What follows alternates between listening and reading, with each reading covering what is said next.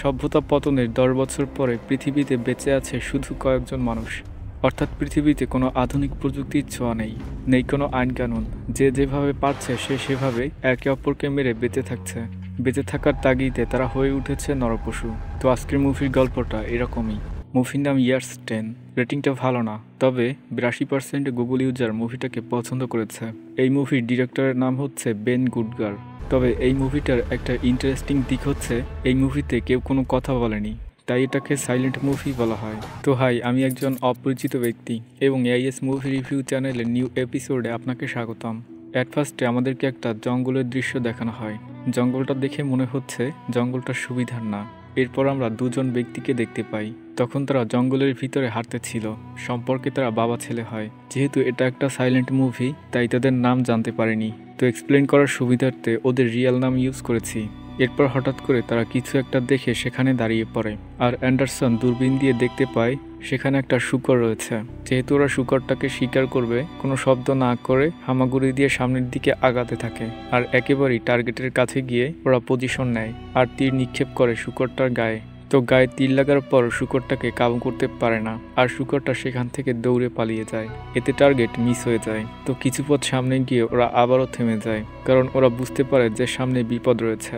এটা বুঝতে পেরে ওরা সামনে না গিয়ে পিছনে চলে আসে। হাঁটতে হাঁটতে ওরা একটা জায়গায় গিয়ে আবারও দাঁড়িয়ে পড়ে, কারণ অ্যান্ডারসন একটা ছোট বাচ্চার জুতা দেখতে পেয়েছে। এটা দেখে অ্যান্ডারসন একটা দিকে তাকায়। এ থেকে আমরা বুঝতে পারি হয়তো বাচ্চাটার লাশ ওদিকে রয়েছে। এটা দেখতে ওরা সেদিকে যেতে থাকে। তখন আমরা একটা সরু রাস্তা দেখতে পাই। গাছের ডালপালা পড়ে রাস্তাটা ভুতুড়ে হয়ে গিয়েছে, আর সামনেই দু একটা পুরনো গাড়ি পড়ে থাকতে দেখে ওরা। তো গাড়ির ভিতরে কোনো কিছু আছে কিনা এটা চেক করতে ওরা গাড়ির ভিতরে ঢুকে পড়ে। তো অ্যান্ডারসন সেখানে একটা পুরনো চার্জারের প্লাগ খুঁজে পায়, আর এই সামান্য জিনিসটাও তার কাছে রেখে দেয়। এ থেকে আমরা বুঝতে পারি সভ্যতা পতনের পর তাদের অবস্থা কতটা খারাপ হয়ে গিয়েছে। জোসেফ এখানে গাড়ির গেট খুলতে গিয়ে শব্দ করে ফেলে। শব্দ হয়েছে এটা দেখে ওরা দুজনই ভয় পেয়ে যায়। সামান্য শব্দ হওয়ার কারণে তারা কেন এত ভয় পেয়েছে এটা সামনেই জানতে পারবো। এদিকে অ্যান্ডারসন গাড়িতে নষ্ট হওয়া কিছু সিগারেটের টুকরা খুঁজে পায়, তো ওগুলো অ্যান্ডারসন সাথে নিয়ে নেয়। অন্যদিকে জোসেফ গাড়িতে একটা বিস্কুটের প্যাকেট পায়। সাথে সাথে প্যাকেট খুলে ও বিস্কুট খেতে থাকে। দেখে মনে হচ্ছে অনেকদিন পর ও ভালো খাবার খাচ্ছে। এরপরে ভুলবশত জোসেফ গাড়ির হর্ন বাজিয়ে ফেলে। এতে আবারও শব্দ হয়, আর ওরা আবারও ভয় পেয়ে যায়। বিপদের আশঙ্কা দেখে অ্যান্ডারসন ও জোসেফ গাড়ির ভিতরে লুকিয়ে পড়ে। তখন সেখানে অনেকগুলো বন্য কুকুর চলে আসে। কুকুরগুলো ওদেরকে খুঁজতে থাকে কিন্তু পায় না। তো এটা তো আমরা বুঝতে পারলাম যে শব্দ হলে কুকুর সেখানে আক্রমণ করে, মানে যেখানেই শব্দ হয় সেখানেই কুকুর গিয়ে আক্রমণ করে। বিপদ কেটে গেলে ওরা গাড়ি থেকে বের হয় এবং সামনের দিকে হাঁটতে থাকে, আর একটা সময় ওদের বাড়িতে পৌঁছে যায়। তো ভিতরে ঢোকার পূর্বে ওরা বাহিরটা দেখে নেয় যে কেউ আছে কিনা। তো ভিতরে যাওয়ার পর আমরা দেখতে পাই ওদের সাথে একটা মেয়ে রয়েছে। ওই মেয়েটির নাম হচ্ছে ইমা। সে শারীরিকভাবে খুবই অসুস্থ, কারণ তার পেটে একটা ক্ষত হয়েছে। তার পেটে কিভাবে ক্ষতটা হয়েছে সেটা এই মুভিতে দেখানো হয়নি, তবে আমি এটা গেস করছি হয়তো ওই বন্য কুকুরগুলো তার পেটে কামড় দিয়েছে। অ্যান্ডারসন জোসেফকে কিছু ওষুধ দেয় এবং ওষুধগুলো হচ্ছে ঘাস শুকানোর ওষুধ। এরপরে জোসেফ ইমাকে একটা ওষুধ খাইয়ে দেয়। তো ইমা হচ্ছে জোসেফের গার্লফ্রেন্ড। খাবারের জোগান করতে না পারায় তারা বেশ কিছুদিন ধরে অভুক্ত আছে। অ্যান্ডারসন ওই সিগারেট থেকে কিছু তামাক বের করে তা দিয়ে অন্য একটা সিগারেট বানিয়ে নেয়, আর বাইরে বসে সিগারেট টানতে থাকে। এরপর সকাল হয়ে গেলে জোসেফ ঘুম থেকে উঠে টয়লেট করতে যায়। তখন ও বুঝতে পারে তাদের দিকে কেউ আসছে, আর সাথে সাথে ও বাড়িতে ফিরে আসে।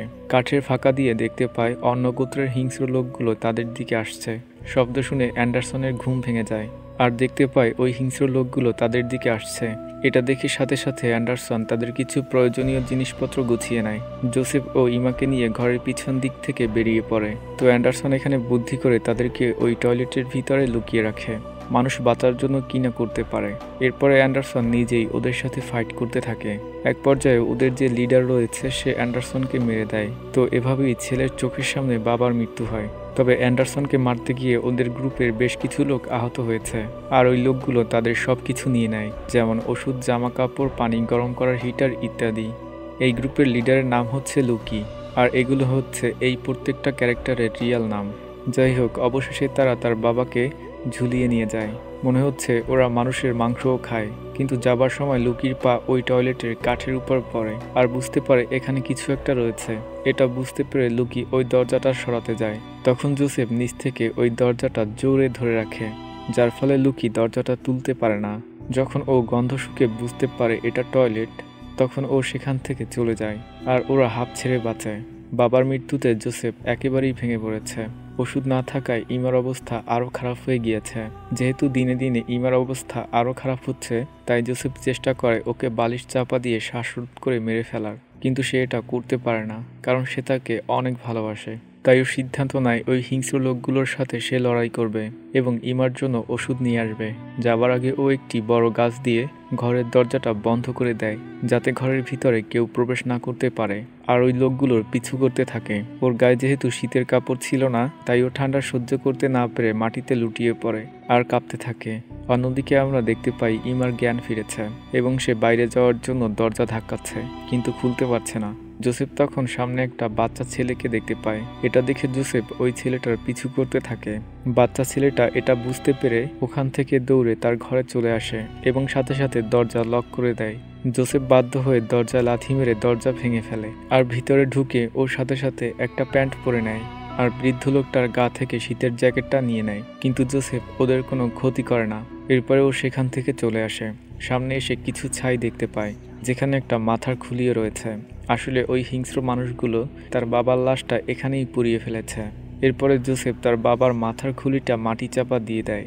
তো ওই হিংস্র লোকগুলো কোন দিকে গিয়েছে এটা বুঝতে ও একটা গাছের উপরে উঠে পড়ে আর ধোঁয়া দেখে বুঝতে পারে তারা ওই দিকে গিয়েছে। কিন্তু তখনই ও গাছ থেকে পড়ে যায় আর পায়ে ভীষণ ব্যথা পায়, যার জন্য ও খুব জোরে চিৎকার করে। আর ওর চিৎকার শুনে ওই বন্য কুকুরগুলো ওর দিকে আসতে থাকে। কোনো উপায় না দেখে জোসেফ ওই জ্বলন্ত কয়লা থেকে আগুন জ্বালানোর চেষ্টা করে। অন্যদিকে আমরা ওই লোকটাকে দেখতে পাই যে খুবই অসুস্থ ছিল আর ওর ক্ষতটা সেলাই করে দিচ্ছিল ওই মহিলাটা। তখন ওরাও কুকুরের ডাক শুনতে পায়। এরপর আমরা দেখতে পাই জোসেফ আগুন জ্বালিয়ে ফেলেছে আর তখনই ওই কুকুরগুলো সেখানে চলে আসে। জোসেফ কুকুরগুলো থেকে বাঁচতে আগুন হাতে নিয়ে ওদের সাথে ফাইট করতে থাকে। না পেরে কুকুরগুলো সেখান থেকে চলে যায় আর ওই আগুনের কাছেই ঘুমিয়ে থাকে জোসেফ। সকাল হলে ওর ঘুম ভাঙে। তখন আবারও হাঁটতে শুরু করে জোসেফ। কিছু দূর গেলে দেখতে পায় সেখানে একটা তাঁবু রয়েছে। আশেপাশে কোনো লোক আছে কিনা ও সেটা দেখে তাঁবুর ভিতরে ঢুকে পড়ে। ঢুকে সেখানে পানির বোতল দেখতে পায়, কিন্তু তাতে কোনো পানি ছিল না। এরপরেও ব্যাগের ভিতরে একটা ম্যাচ বক্স পায়, দেন একটা ছুরি পায়, এরপর একটা বাঁশি পায়। আর যখন ও বুঝতে পারে তাঁবুর দিকে কেউ আসছে, তখনও তাঁবু সরিয়ে দেখে যে কে এসেছে। তো তাঁবুর মালিকও বুঝতে পারে যে তার তাঁবুতে কেউ ঢুকেছে। জোসেফকে সেখানে দেখে ওই লোকটা ভয়ে সেখান থেকে পালিয়ে যায়। এটা দেখে জোসেফও চিন্তামুক্ত হয়। সামনে কিছু দূর গিয়ে ও দেখতে পায় পানি থেকে রক্ত ভেসে আসছে। তখন আমরা দেখতে পাই ওই গ্রুপের একটা মহিলা পানিতে চাকু পরিষ্কার করছে। জোসেফ এটা দেখে ওই মহিলার উপর নজর রাখতে শুরু করে। মহিলাটা সেখান থেকে চলে গেলে জোসেফ তার পিছু করতে থাকে আর ওর হাতে একটা পাথর নিয়ে নেয়। সুযোগ বুঝে জোসেফ যখন ওদের ঘরে ঢুকতে যায়, তখন দেখতে পায় দড়িতে একটা ঘন্টা লাগানো আছে। সাধারণত এটা লাগানোর কারণ হচ্ছে ওদের এরিয়ার মধ্যে কেউ আসলে যাতে ওরা টের পায় যে কেউ ঢুকেছে তাদের এরিয়াতে। এটা দেখে জোসেফ ওটাকে টপকিয়ে ভিতরে প্রবেশ করে যাতে কোনো শব্দ না হয়। সেখানে গিয়ে ও ওই ওষুধগুলো খুঁজতে থাকে, কিন্তু পায় না। একটা সময় ওই মহিলাটা এসে জোসেফকে আক্রমণ করে। তো মারামারির এক পর্যায়ে জোসেফ পাথর দিয়ে ওই মহিলাটাকে মেরে ফেলে। তারপর ওই লোকগুলোকে আসতে দেখে ও ওই মহিলার রক্ত পরিষ্কার করে লাশটা টেনে সেখান থেকে সরিয়ে ফেলে, যাতে ওই গ্রুপের অন্য কেউ এটা বুঝতে না পারে। এরপরে জোসেফ একটা গাছের পিছনে লুকিয়ে পড়ে আর লুকিয়ে লুকিয়ে দেখতে থাকে যে ওরা কি করছে। তখন দেখতে পায় ওরা একটা বাচ্চাকে ধরে নিয়েছে আর ওর হাত পা বেঁধে ওকে মাটিতে ফেলে রেখেছে। কিন্তু লুকির কিছু একটা সন্দেহ হয় আর লুকি ওই মহিলাটাকে খুঁজতে বের হয়ে যায় যে সে কোথায় রয়েছে। নেক্সট দৃশ্যে আমরা ইমাকে দেখতে পাই। সে এখনও জীবিত রয়েছে। সে এখন নিজের ক্ষতটা পরিষ্কার করছে। এরপরে জোসেফ ওই মহিলার লাশটা পাতা দিয়ে ঢেকে দেয় যাতে তারা ওকে খুঁজে না পায়, আর সেখান থেকে পালিয়ে অন্য একটা জায়গায় চলে আসে যেখানে অনেকগুলো কাটা লাশ ছিল। এরপরেও আস্তে আস্তে ওই অসুস্থ লোকটার কাছে যায়। ওই অসুস্থ লোকটা বিশ্রাম নিতে ঘরের ভিতরে ঢুকে পড়ে এই ফাঁকে ও বাচ্চাটির হাত পা খুলে দেয়, কিন্তু তখন বাচ্চাটা জোরে জোরে চিল্লাতে থাকে।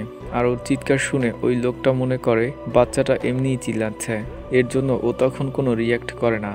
বিরক্ত হয়ে গেলে ও একটা সময় বাইরে চলে আসে আর দেখে বাচ্চাটা পালিয়ে যাচ্ছে। এটা দেখে ওই লোকটা বাচ্চাটার পিছু করতে থাকে। এই ফাঁকে জোসেফ সেখানে ওষুধ খুঁজতে থাকে। তো ওষুধ খুঁজতে গিয়ে ও একটা লকার দেখতে পায়, কিন্তু সেটা তালা মারা ছিল আর চাবি ছিল লুকির গলায়। তো লাথি মেরে তালা খোলার চেষ্টা করে, কিন্তু খুলতে পারে না। আর ওই লোকগুলোকে দেখে জোসেফ ভ্যানের নিচে লুকিয়ে পড়ে। লোকগুলো এসে দেখতে পায় যে বাচ্চাটা সেখানে নেই, আর এটা দেখে তারা চিন্তিত হয়ে পড়ে। লুকি যখন জানতে পারে যে বাচ্চাটা পালিয়েছে, তখন লুকি ওই লোকটাকে বাড়ি মেরে ফেলে দেয়। এরপরে তালাতে কাদা দেখে বুঝতে পারে এটা কেউ খোলার চেষ্টা করেছে, কিন্তু কে এই কাজটা করেছে এটাও বুঝতে পারে না। খোঁজাখুঁজির পর ওরা ওই মহিলাটার লাশ খুঁজে পায়। এরপর ওই মহিলাটার লাশ আগুন দিয়ে পুড়িয়ে ফেলে। আর তখন আমরা লুকির মধ্যে প্রতিশোধের নেশা দেখতে পাই। একদমই ভোরবেলা জোসেফ ওই ভ্যানের ভিতরে প্রবেশ করে। ততক্ষণে সবাই ঘুমন্ত অবস্থায় ছিল। তো দিয়াশলাইয়ের আলোতে ও আস্তে আস্তে লুকির গলা থেকে ওই চাবিটা কেটে আনে। যাই হোক, কোনোভাবে চাবিটা আনতে পেরে ও বাইরে এসে লকার খুলে ফেলে। আর সেখানে ও ওষুধটা পেয়ে যায়, যেটা ওর গার্লফ্রেন্ডের দরকার ছিল। এরপরও যাবার আগে ওই তালা দিয়েই ওদের ভ্যানটা লক করে দেয়, যাতে ওরা বাহিরে বের হতে না পারে। কিন্তু যাবার সময় ওর পায়ে লেগে ওই সুতাটা ছিঁড়ে যায়। এতে ঘন্টাটা বেজে ওঠে আর লুকির ঘুম ভেঙে যায়। দরজা লক করা দেখে লুকি লাথি মেরে মেরে দরজা ভেঙে ফেলে। আর সবাই মিলে জোসেফকে তাড়া করতে থাকে। আর জোসেফও প্রাণপণে বাঁচতে প্রাণপণে দৌড়াতে থাকে। এদিকে ইমা বুঝতে পারে তাকে ওই বন্য কুকুরগুলো আক্রমণ করতে যাচ্ছে। এটা দেখে ও ঘাবড়ে যায়। তো এখানে ইমার সাথে কি হয়েছে এটা আমাদেরকে দেখানো হয় না। এরপরে আমরা দেখতে পাই ওই দুর্বল লোকটাকে মেরে লুকি সামনে এগিয়ে যাচ্ছে। আর জোসেফও বাঁচার জন্য প্রাণপণে দৌড়াচ্ছে। মনে হচ্ছে এই জোসেফ ধরা পড়ে যাবে, কিন্তু একটুর জন্য ধরা পড়ে না। ওদের দৌড়টা অনেক লম্বা ও রিয়েলিস্টিক, তাই এটা এক্সপ্লেন করতে পারছি না। একটা সময় জোসেফের দিকে তীর ছুঁড়ে মারে, আর ওই তীর একটুর জন্য ওর গায়ে লাগে না, আর ও সেখান থেকে পালিয়ে যায়। দৌড়াতে দৌড়াতে জোসেফ সেই ঘরে চলে আসে যেখান থেকে ও জুতা, জ্যাকেট ও প্যান্ট নিয়েছিল। তো ফ্লোরে ও কুকুরের পায়ের ছাপ দেখতে পায়। ভিতরে ঢুকলে আমরা দেখতে পারি ওই লোকটা মারা গিয়েছে, অর্থাৎ কুকুরগুলো তাকে জীবন্ত খেয়ে ফেলেছে। এটা দেখে ওর মাথা ঘুরতে থাকে, যার জন্য ওই লোকগুলো জোসেফকে ধরে ফেলে আর ওর হাত পা বেঁধে মাটিতে ফেলে রাখে। তখন ও হাত খোলার চেষ্টা করে, কিন্তু পারে না। জোসেফ তখন দেখতে পায় সামনে সেই বাঁশিটা পড়ে আছে। তো বাঁশিটা এনে তাতে ফু দিতে থাকে। আর আমরা তো জানি যে শব্দ হলে সেখানে বন্য কুকুর চলে আসে, আর সেটাই হয়, সেখানে বন্য কুকুর আসতে থাকে। এটা বুঝতে পেরে জোসেফকে হাত পা বাঁধা অবস্থায় সেখানেই রেখে ওরা সবাই পালিয়ে যায়, যে ওকে তো কুকুরই খেয়ে ফেলবে। কিন্তু জোসেফ ছুরি দিয়ে হাতের বাঁধন কেটে ফেলে আর একটা গাছের আড়ালে লুকিয়ে পড়ে, যার ফলে কুকুরগুলো ওকে দেখতে পায় না। আর কুকুরগুলো ওদেরকে ধাওয়া করতে থাকে। নিজের জীবন বাঁচাতে লুকি ছুরি দিয়ে ওই মহিলাটার পায়ে কাট করে, যার ফলে ওই মহিলাটা মাটিতে লুটিয়ে পড়ে আর ওকে কুকুরগুলো জীবন্ত খেয়ে ফেলে। এই ফাঁকে জোসেফ জামা কাপড় পরে নেয়। কুকুরগুলো চলে গেলে ওরা আবারও সেখানে আসে, কিন্তু জোসেফকে দেখতে পায় না। এরপরে ওরা আবারও জোসেফের পিছু করতে থাকে। ক্লান্ত হয়ে ও একটা গাছের সাথে লুকিয়ে পড়ে, যেটা দেখে ফেলে এই লোকটা। তো তাকে মারতে গেলে সেখানে জোসেফকে পায় না। জোসেফ মূলত জ্যাকেটটাকে গাছের সাথে রেখেছে যাতে ওই লোকটাকে বোকা বানাতে পারে। এই ফাঁকে জোসেফ ওকে আক্রমণ করে বসে আর ওই লোকটাকে এখানেই মেরে ফেলে। আর জোসেফ ওর জ্যাকেট পরে ওই লোকটাকে টানতে থাকে। এতে ওর সাথী বুঝতে পারে যে তার সাথী জোসেফকে মেরে ফেলেছে, কিন্তু কাছে গেলে বুঝতে পারে এটা জোসেফ। আর জোসেফ এটা বুঝতে পেরে সোজা ওর পেটে ছুরি ঢুকিয়ে দেয়, যাতে লোকটা সেখানেই মারা যায়। আর ওই লোকটার কাছ থেকে তীর ধনুক নিয়ে নেয়। ও আবারও ওই লোকটার জ্যাকেট পরে নেয়, যার কারণে লুকিও বোকা হয়ে যায়। কিছু বুঝে ওঠার আগেই ও সোজা একটা তীর লুকির দিকে মেরে দেয়। তো তীরটা গিয়ে সোজা লুকির পায়ে গেঁথে যায়। যখন ও লুকিকে মেরেই ফেলবে তখন ওর তীরটা ভেঙে যায়। এতে লুকি সাহস পেয়ে যায় এবং ওর সাথে হ্যান্ড টু হ্যান্ড ফাইট করতে দাঁড়িয়ে পড়ে। কিন্তু তখনই ওই বন্য কুকুরগুলো সেখানে আসতে থাকে, আর এটা দেখে জোসেফ সেখান থেকে দৌড়ে পালিয়ে যায়। দৌড়াতে না পারায় লুকি সেখানেই মারা যায়। এরপরে ও সেখান থেকে ইমার দিকে আসতে থাকে, কিন্তু তখন ও একটা পরিত্যক্ত ভাঙা বাড়ি দেখতে পায়। তো কিছু খাবারের খোঁজে জোসেফ সেই ঘরে চলে যায়। তখন আমরা দেখতে পাই বাড়ির মালিকের মৃতদেহটা বাড়ির সামনেই পড়েছিল, আর ও সেখানে একটা গানও পেয়ে যায়। এরপরে ও ঘরে ঢুকে পড়ে, আর ঘরটিতে পানিও ছিল। এটা দেখে ও পানি পান করে নেয়। অন্য একটা রুমে গিয়ে দেখতে পায় সেখানে অনেক ফুড ক্যান রয়েছে, আর ও সেগুলোকে ব্যাগে নিয়ে নেয়। কিন্তু তখনই বুঝতে পারে তার ঘরের মধ্যে কেউ ঢুকেছে। আর ও দেখতে পায় লুকি এখনো বেঁচে আছে। এটা দেখে ও লুকিকে পিছন থেকে গান পয়েন্ট করে। যখন ও গুলি করে তখন ও বুঝতে পারে বন্দুকে গুলি নেই, আর এই সুযোগে লুকি ওকে আক্রমণ করে বসে। মারামারির এক পর্যায়ে জোসেফ লুকিকে পিস্তল দিয়ে সোজা মাথায় গুলি করে দেয়, আর এখানেই লুকির ইচ্ছা খতম হয়ে যায়। এরপরে জোসেফ ওর বাড়িতে চলে আসে, কিন্তু বাড়িতে সে ও ইমাকে দেখতে পায় না। এতেও হাঁটু গেড়ে বাচ্চার মতো কাঁদতে থাকে, কিন্তু তখনই পিছন থেকে ওর কাঁধে হাত রাখে ইমা। এর মানে হচ্ছে ইমা এখনো বেঁচে আছে। আর এখানেই এই মুভিটা শেষ হয়ে যায়। পরিশেষে বলা যায় মুভিটার স্টোরি লাইন, কালার গ্রেডিং সবকিছুই ঠিকঠাক ছিল, কিন্তু বিরক্তিকর একটা বিষয় হচ্ছে এই মুভিটাতে কোনো ক্যারেক্টারই কোনো প্রকার কথা বলেনি, আর এই বিষয়টা আমার কাছে একদমই ভালো লাগেনি। যাই হোক, পরিচালক হয়তো এই মুভিটা ইউনিক করতে এই ট্রিক্সটা অ্যাপ্লাই করেছে, আর সে অধিকার তার আছে। দেখা হচ্ছে আবারও। ভালো থাকবেন। আল্লাহ হাফেজ।